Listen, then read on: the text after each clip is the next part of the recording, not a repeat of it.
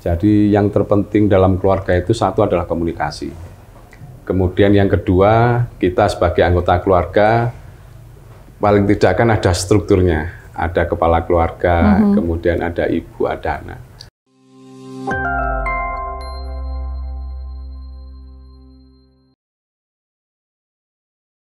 Sobat Mako, kalau kita ngomongin masalah keluarga, yang pastinya keluarga itu adalah faktor pertama yang bisa mempengaruhi karakter seseorang di lingkungan sekitar.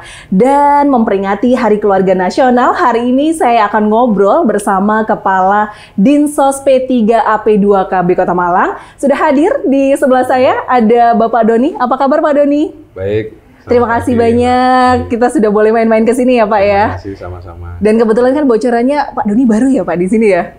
Alhamdulillah ya, baru. Baru berapa lama nih Pak di Dinas Sosial sini Pak? 1 minggu mungkin. Baru 1 minggu, selamat datang gitu ya Pak Doni.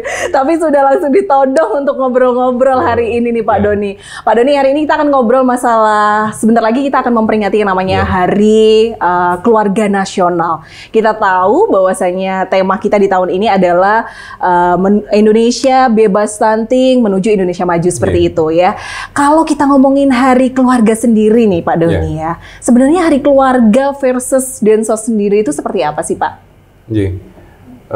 Terima kasih Mbak atas kehadirannya di Dinsos P3AP2KB. Mungkin saya cerita sedikit nih, bahwa sejarah adanya Hari Keluarga itu memang sejak masa penjajahan. Jadi diambil Hari Keluarga itu 29 Juni tahun 49. Jadi pada saat itu setelah Belanda agresi kedua itu, kemudian para pejuang itu kembali ke keluarga, lah itulah dibuat oleh negara sebagai momentum sebagai Hari Keluarga. Jadi kembalinya para pejuang itu. Sedangkan Hari Keluarga sendiri kita tetapkan tanggal 29 Juni akhirnya gitu. Jadi Hari Keluarga itu menurut kami di Dinas Sosial itu menjadi pilar pokok dalam membangun pembangunan bangsa. Pembangunan bangsa kan bukan cuma pembangunan infrastruktur nih, tapi pembangunan di segala sektor. Keluarga merupakan kunci utama dalam rangka membantu pemerintah itulah untuk membangun negara di skup yang paling kecil masyarakat di sekitar, kemudian yang lebih besar lagi sampai di kota dan sampai di tingkat negara gitu. Dalam bentuk seperti apa sih Pak kita harus memperingati Hari Keluarga? Kalau dari sejarahnya itu kan pejuang yang berkumpul bersama dengan keluarga lagi gitu. Lantas untuk peringatan seperti apa yang harus dilakukan? Misalnya atau berkumpul, makan bersama, ngobrol bercengkrama, ataukah harus ada kalau di era sekarang kan healing gitu ya, harus bertamasya atau seperti apa Pak? Kalau secara umum kalau secara umum memang seperti yang disampaikan, yang sering disampaikan oleh Bapak Wali Kota yang penting dan utama itu adalah family times. Jadi memang seberapapun kita sibuk dengan pekerjaan, dengan kegiatan lain, tapi harus memang ada family times itu. Kemudian kenapa itu penting? Karena bagaimanapun juga kodrat kita adalah berkeluarga. Kita berkeluarga itu kan merupakan komunitas terkecil dari masyarakat. Betul. Sehingga harapannya kita bisa family time, sehingga tujuan utama keluarga itu adalah bisa berkomunikasi. Kita tempat belajar yang paling dasar itu adalah di keluarga. Sehingga dengan kita lebih banyak family times, quality times dengan keluarga itu, kita lebih banyak berkomunikasi dengan harapan bahwa anggota keluarga kita siap untuk bisa bermasyarakat, sehingga semakin jauh masyarakat kita akan semakin lebih baik dari sekarang. Pak, kalau kita ngomongin era sekarang nih, kan banyak sekali ya orang tua yang mungkin orang tuanya bekerja kedua-duanya, baik itu ayahnya atau bundanya bekerja gitu. Lantas untuk kalau dijelaskan tadi family time atau quality time itu kan penting ya. Harus dilakukan seberapa sering atau instansinya 1 minggu berapa kali misalnya? Kalau Pak Doni sendiri gitu. Jadi kembali lagi nggih, kalau saya ngutip apa yang sering disampaikan Pak Wali nggih, karena Bapak Wali Kota. Karena saya kan sebelum di sini kan di Humas, jadi sering mendengar itu. Jadi yang terpenting dalam keluarga itu satu adalah komunikasi. Kemudian yang kedua, kita sebagai anggota keluarga, paling tidak kan ada strukturnya. Ada kepala keluarga, kemudian ada ibu, ada anak. Nah, dalam kita menangani keluarga itu, kalau saya boleh mengutip apa yang sering disampaikan Pak Wali, kita tidak boleh menyamakan dengan keluarga lain. Ibaratnya orang menanam itu, cara penanganan kita menanam padi dengan menanam buah-buahan itu kan beda. Ada yang perlu air banyak, ada yang perlu pupuk banyak, ada yang perlu itu. Sehingga yang utama mungkin kita sebagai kepala keluarga, kalau saya, harus mampu melihat karakteristik anggota keluarga kita. Sehingga kita tidak akan salah asuhan. Kami di Dinsos P3 P2KB, khususnya di bidang Dalduk, juga sering mengadakan pendampingan untuk keluarga. Kami ada petugas pendamping keluarga. Kemudian ada beberapa program-program lain yang tujuannya untuk menguatkan peran keluarga. Gitu. Kalau Pak Doni sendiri biasanya family time-nya lebih kayak gimana, Pak? Kalau saya pribadi sih family time saya ya yang sering memang kami di rumah, nonton film bareng di rumah, kemudian mengerjakan kegiatan-kegiatan rumah. Karena kebetulan saya juga nggak begitu senang keluar rumah gitu. Kebetulan di keluarga kami juga gitu, sehingga yang sering itu mungkin bersilaturahmi ke keluarga, ke orang tua gitu sih. Keren ya, di rumah tapi bisa menciptakan quality time itu tadi ya Pak, nggak harus ke mall gitu ya. Oke, Pak, tadi dijelaskan Dinsos sendiri melakukan pendampingan seperti itu. Pendampingan seperti apa yang dilakukan? Jadi kalau kalau merujuk ke tema Hari Keluarga sekarang, bebas stunting untuk Indonesia Maju, kami mempersiapkan keluarga di masyarakat Kota Malang itu mulai mereka pranikah itu. Kami bekerja sama dengan KUA misalnya, kami bekerja sama dengan KUA terkait dengan datanya. Sehingga pada saat ada pasangan yang akan menikah, di kami ada pendamping keluarga. Sehingga pendamping keluarga itu di tingkat RW, jadi di masing-masing RW itu ada. Sehingga pendamping keluarga itu untuk mendampingi keluarga baru ini, baik itu terkait dengan pengetahuan dia tentang keluarga, kesehatan, dan lain sebagainya, supaya itu salah satunya, kalau dengan tema ini salah satunya supaya untuk menekan angka stunting itu. Jadi kalau di kami itu yang namanya resiko stunting itu mulai dari keluarga pranikah itu. Jadi kita melihat kesiapan dia, sehingga kami juga di bidang Dalduk ini ada yang namanya juga itu sosialisasi ke masyarakat tentang pernikahan usia dini misalnya, karena pernikahan usia dini itu menjadi salah satu faktor penyebab stunting juga. Betul, karena kan hubungannya dengan kesehatan reproduksi dan lain sebagainya, tentang kematangan dalam berkeluarga gitu. Sehingga kami lewat bidang pengendalian penduduk dan KB ini berusaha untuk kalau menurunkan mungkin berusaha untuk intervensi untuk menekan angka stunting itu di situ gitu. Pak Doni, ini kan banyak sekali ya media sosial itu kan memang gambaran yang paling mudah kita melihat keluarga seseorang. Kalau Pak Doni tadi bilang bahwasanya kita tidak bisa menyamakan keluarga satu dengan keluarga yang lain. Tapi kadang tampilan di media itu kan berbeda ya. Orang yang terlihat keluarganya baik-baik saja, bahagia dan lain hal, pada intinya di dalamnya kropos, tidak seperti itu. Bagaimana dengan menyikapi hal fenomena begitu, Pak? Jadi kembali lagi kalau terkait dengan program yang ada di Dinsos, lewat kami juga ada beberapa program terkait dengan penguatan keluarga itu sebenarnya. Jadi kalau di Dinsos ini kompleks. Jadi sebelum menikah itu sudah kami dampingi. Kemudian nanti pada saat sampai dia menikah, sampai dia mempunyai keturunan itu kita dampingi. Sampai misalnya nanti ada permasalahan, kemudian sampai ada mungkin hal-hal yang tidak kita inginkan, misalnya kekerasan pada anak, KDART dan sebagainya, itu juga ada pendampingan di kami. Ada yang namanya bidang PPA, perlindungan perempuan dan anak. Tapi itu terakhir. Sehingga menurut saya pribadi memang yang penting adalah komunikasi. Betul. Komunikasi. Kami berusaha memberikan edukasi kepada masyarakat, baik itu lewat, kami itu juga ada yang namanya duta genre.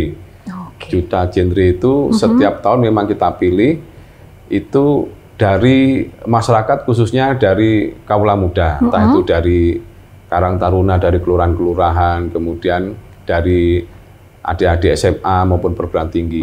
Yang salah satu tujuannya adalah mereka sebagai agen-agen perubahan untuk mensosialisasikan terkait dengan perubahan perilaku masyarakat, supaya nanti pada saat mereka ke jenjang yang lebih tinggi ke pendidikan itu mereka lebih siap. Jadi adik-adik ini yang misalnya SMA, ya kita wajibkan untuk bisa sebagai agen kami untuk mensosialisasikan program-program terkait dengan kependudukan itu. Gitu.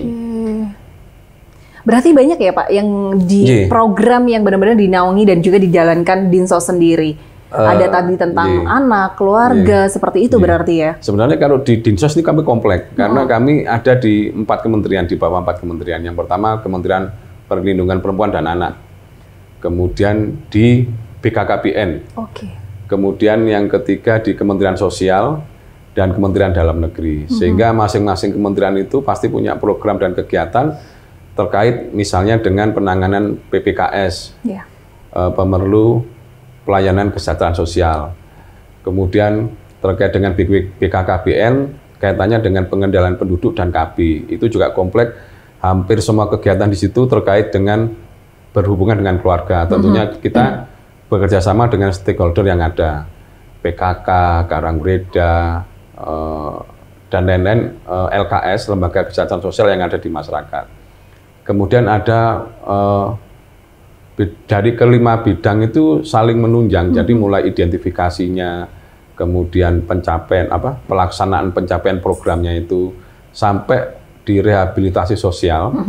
Memang bagi saudara-saudara kita PPKS, pemerlu pemerhati pelayanan kesehatan sosial, yang memang mereka sudah tidak bisa apa-apa, misalnya lansia terlantar. Nah, itu kita juga ada program untuk lansia terlantar. Ujung-ujungnya juga sama juga, terkait dengan kepedulian keluarga.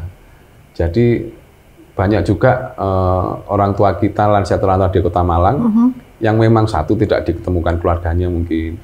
Yang kedua mungkin keluarganya merasa keberatan dengan itulah. Itu memang ada berarti ya Pak kasus-kasus seperti itu? Di Malang tidak banyak. Cuman insya Allah atas petunjuk Pak Wali di Malang, alhamdulillah kami bisa menangani. Bisa menangani. Jadi ada kurang lebih 137 lansia terlantar itu bisa kita tangani melalui program yang telah yang telah diperintahkan oleh Pak Wali. Kita ada rantang kasih, sehingga setiap hari kita memberikan makanan untuk lansia-lansia itu. Gitu. Keren ya, bagus sekali itu. Pak, kalau kita kembali lagi nih tentang keluarga ya, hari keluarga, keluarga harmonis dan lain hal. Sekarang ini kan eranya gadget ya. Jadi mungkin kalau dulu zaman saya kecil itu ngobrol di meja makan gitu ya, kita ngobrol, kita makan dan lain hal. Sekarang itu kan semua dilakukan di handphone dalam satu genggaman. Kita ngobrol dengan orang tua kadang juga by handphone gitu. Nah, kalau melihat hal-hal seperti ini sebenarnya kayak ngumpul bareng tuh masih harus dilakukan nggak sih Pak? Gitu. Jadi salah satu gadget itu kan salah satu kemudahan kita dalam bidang komunikasi. Menurut saya sangat perlu sekali juga untuk komunikasi. Jadi kita tidak perlu menunggu harus berkumpul dulu untuk berkomunikasi. Misalnya bisa dengan video call, ada press conference, seperti Zoom itu dan lain sebagainya. Lebih penting kita quality time untuk bertemu. Tapi memang kecanggihan teknologi ini harus semaksimal mungkin kita manfaatkan untuk sarana komunikasi dengan keluarga. Sekali lagi memang yang terpenting adalah komunikasi dengan keluarga. Dan impact-nya, timbal baliknya itu di keluarga, kita saling mengerti lah satu sama lain. Gitu. Dan kembali lagi di kami, program-program yang di kami itu khususnya di bidang pengendalian penduduk dan KB itu salah satunya adalah untuk penguatan peran keluarga. Sehingga merefresh lagi kepada kami dan kita yang menjadi salah satu bagian dari keluarga ini untuk hal-hal apa aja sih yang sebenarnya perlu kita lakukan. Ya ada beberapa item memang yang perlu, termasuk terkait dengan pendidikan, kesehatan, kemudian terkait dengan hal-hal lain.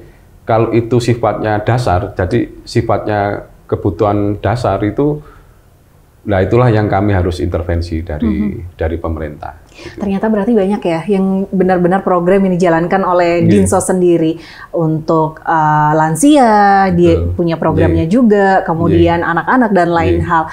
Ada sedikit bocoran beberapa waktu yang lalu saya sempat juga baca beritanya bahwa Kota Malang ini juga dinobatkan sebagai kota layak anak seperti itu. Kalau boleh intip di samping gitu ya, saya pengen nanya itu ya Pak, penghargaan di samping ini banyak sekali. Ini yang terbaru apa nih Pak Doni?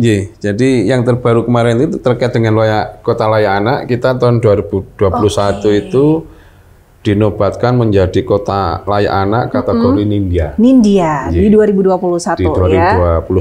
Nah, kemudian nanti insya Allah ada juga sebelahnya itu Pak. Kalau sebelahnya ini yang tahun 2022 kemarin berarti yang kalau ini yang ini 2021, yang terbaru 2022 ini kita masih masuk di kategori Nindya. Untuk penghargaan kota layak anak. Cuman kota layak anak ini maksudnya tidak kita tiba-tiba terus langsung Nindya gitu, enggak. Memang ada pentahapannya, mulai dari Pratama, terus Madya, Nindya, terus nanti Utama. Lah. Yang sekarang Nindya pun nanti bisa turun jadi Madya. Kalau kita tidak menjaga indikator-indikator yang ada di kota layak anak. Indikator-indikator kota layak anak itu banyak, dan bukan cuma hanya di Dinsos, tapi ada di beberapa perangkat daerah yang mungkin termasuk Kominfo salah satu jadi indikator. Apakah misalnya penyiaran podcast ini layak untuk ditonton dengan anak atau enggak. Lah itu menjadi salah satu indikator, sehingga apa yang kita lakukan ini adalah memang secara kolektif, seperti yang sering dilakukan Bapak Wali Kota, itu adalah hasil kolaborasi, hasil dari kolaborasi dari semua stakeholder, khususnya perangkat daerah yang ada di pemerintah Kota Malang. Betul. Dan kalau kita ngomongin Hari Keluarga, anak ini adalah salah satu faktor utama juga gitu ya Pak Doni ya. Nah kalau Dinsos sendiri, kalau tadi Kominfo mungkin penyiaran harus yang bersahabat dengan anak gitu ya. Kalau dari Dinsos gitu ya, keterkaitan antara kota layak anak itu yang seperti apa Pak Doni? Pada dasarnya gini, jadi di semua kantor atau pelayanan publik itu hak-hak dasar anak harus terfasilitasi. Jadi misalnya hak anak itu kan salah satunya bermain. Jadi sehingga di semua tempat pelayanan umum itu harus ada salah satu space anak untuk mereka bisa bermain. Misalnya orang tuanya masih mengurus surat dan sebagainya, ada tempat untuk bermain. Kemudian yang kedua, misalnya hak dasar untuk anak itu mendapatkan ASI dari ibunya. Lah, pada saat anaknya itu membutuhkan ASI, ya di fasilitas umum itu harus itu. Ini yang contoh yang gampang ya, ada ruang khusus untuk menyusui. Kemudian misalnya tempat jalan, kemudian arena bermain, itu memang harus aman untuk anak. Betul. Sehingga kami di dinas itu mencoba apa? Memberikan fasilitas fasilitas itu kepada apa anak-anak, dan kami mencoba ke perangkat daerah lain supaya bisa itu. Oke, ya.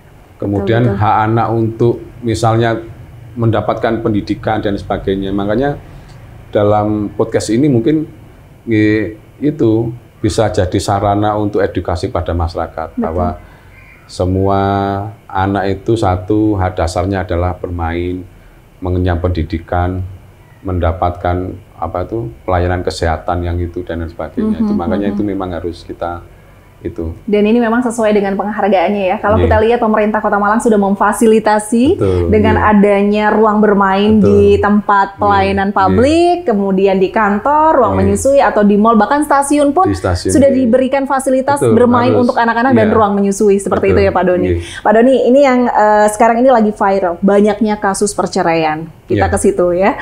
Jadi ini kan ada hubungannya dengan keluarga ya, Hari Keluarga juga gitu. Bagaimana menyikapi dengan banyaknya kasus perceraian di era yang sekarang dibandingkan dulu? Kalau kita lihat Kota Malang di tahun ini kasus perceraian meningkat dibandingkan tahun sebelumnya. Bagaimana menyikapinya, Pak? Jadi kasus perceraian itu penyebabnya saya persentasenya lupa nih. Cuman yang paling banyak itu karena pernikahan usia dini. Salah satu penyebab utama yang banyak dari beberapa itu nih. Yang pertama mungkin pernikahan dini, faktor ekonomi, kemudian faktor kesehatan dan lain sebagainya. Jadi kami memang di dinas, sekali lagi kami juga ada beberapa program yang terkait dengan program dan kegiatan nih, yang terkait dalam rangka meminimalisir hal tersebut. Misalnya terkait dengan pernikahan dini. Ya kami terus mensosialisasikan dan bersama dengan stakeholder yang ada. Jadi misalnya kembali lagi tadi seperti misalnya Duta Genre, kemudian terkait dengan apa hubungannya dengan Karang Taruna. Betul. Di Karang Taruna itu juga sebenarnya ada yang namanya Bina Keluarga Remaja. Salah satunya untuk penguatan remaja supaya mereka pada saat ke jenjang pernikahan mereka lebih kuat. Kemudian di bidang ekonomi kami juga berusaha memberikan fasilitasi kepada pasangan-pasangan yang pasangan-pasangan usia dini yang mungkin nikah di itu tadi di petugas itu tadi kami di petugas pendamping keluarga itu yang salah satunya mengawasi sampai sejauh mana mereka dari sisi kesehatan, dari sisi ekonomi, dan kami selalu berkolaborasi dengan perangkat daerah lain. Misalnya terkait dengan mereka mempunyai passion ke wirausahaan. Nah itu nanti juga kami berkoordinasi misalnya dengan Dinas Kopindak, dengan Dinas Tenaga Kerja dan PTSP untuk misalnya terkait dengan NIB-nya dan sebagainya gitu. Sehingga paling tidak kita bisa menekan, dan yang utama kita bisa mengontrol apa? Secara data itu kita punya dulu yang terpenting. Makanya ada salah satunya pendamping keluarga itu. Oke. Koordinasi antar stakeholder juga penting ya. Pak Doni, yang terakhir nih, apa yang ingin disampaikan kepada Sobat Mako yang ada di rumah? Mungkin Pak Doni juga punya tips gitu ya untuk menjadi keluarga yang harmonis itu seperti apa Pak? Monggo. Terima kasih nih. Jadi kalau menurut saya, peran keluarga itu sangat penting dalam rangka membangun negara. Keluarga itu menjadi salah satu pilar kunci. Karena bagaimanapun juga dengan kuatnya keluarga, anggota keluarga itu keluar dari keluarga menjadi bagian dari masyarakat, sehingga negara kita bisa kuat. Sehingga yang perlu kita jaga supaya bahwa keluarga kita itu harus tetap harmonis. Salah satu kuncinya adalah komunikasi. Di era digital ini, cara berkomunikasi sangat banyak nggak seperti zaman kita dulu harus nunggu, harus jemput, harus nyari dan sebagainya. Media komunikasi sekarang sangat canggih, jadi komunikasi bukan jadi alasan. Maksudnya orang jauh dan sebagainya itu bukan jadi alasan, karena sekarang kita dibantu dengan era digital dan teknologi yang sangat maju. Dan yang terpenting, quality time untuk keluarga, seberat apapun permasalahan kita di luar, di tempat kerja, bagaimana juga kita harus tetap kembali ke rumah dalam keadaan sehat, dalam keadaan ceria, supaya keluarga kita juga bisa menyambut kita dengan sukacita. Jadi mungkin gitu, Mbak. Baik, terima kasih banyak Pak Doni atas waktunya. Sama-sama. Sehat selalu Pak Doni. Terima kasih. Oke, demikianlah Sobat Mako obrolan saya bersama Kepala Dinsos P3AP 2KB, ada Bapak Doni. Dan yang pastinya sesuai dengan pesan beliau bahwa keluarga itu adalah pilar dalam satu negara. Baik buruknya perilaku seseorang berasal dari keluarga. Yuk kita jaga keluarga kita bersama-sama, tetap solid dan harmonis. Saya Vivin Citra pamit undur diri, sampai jumpa. Terima kasih.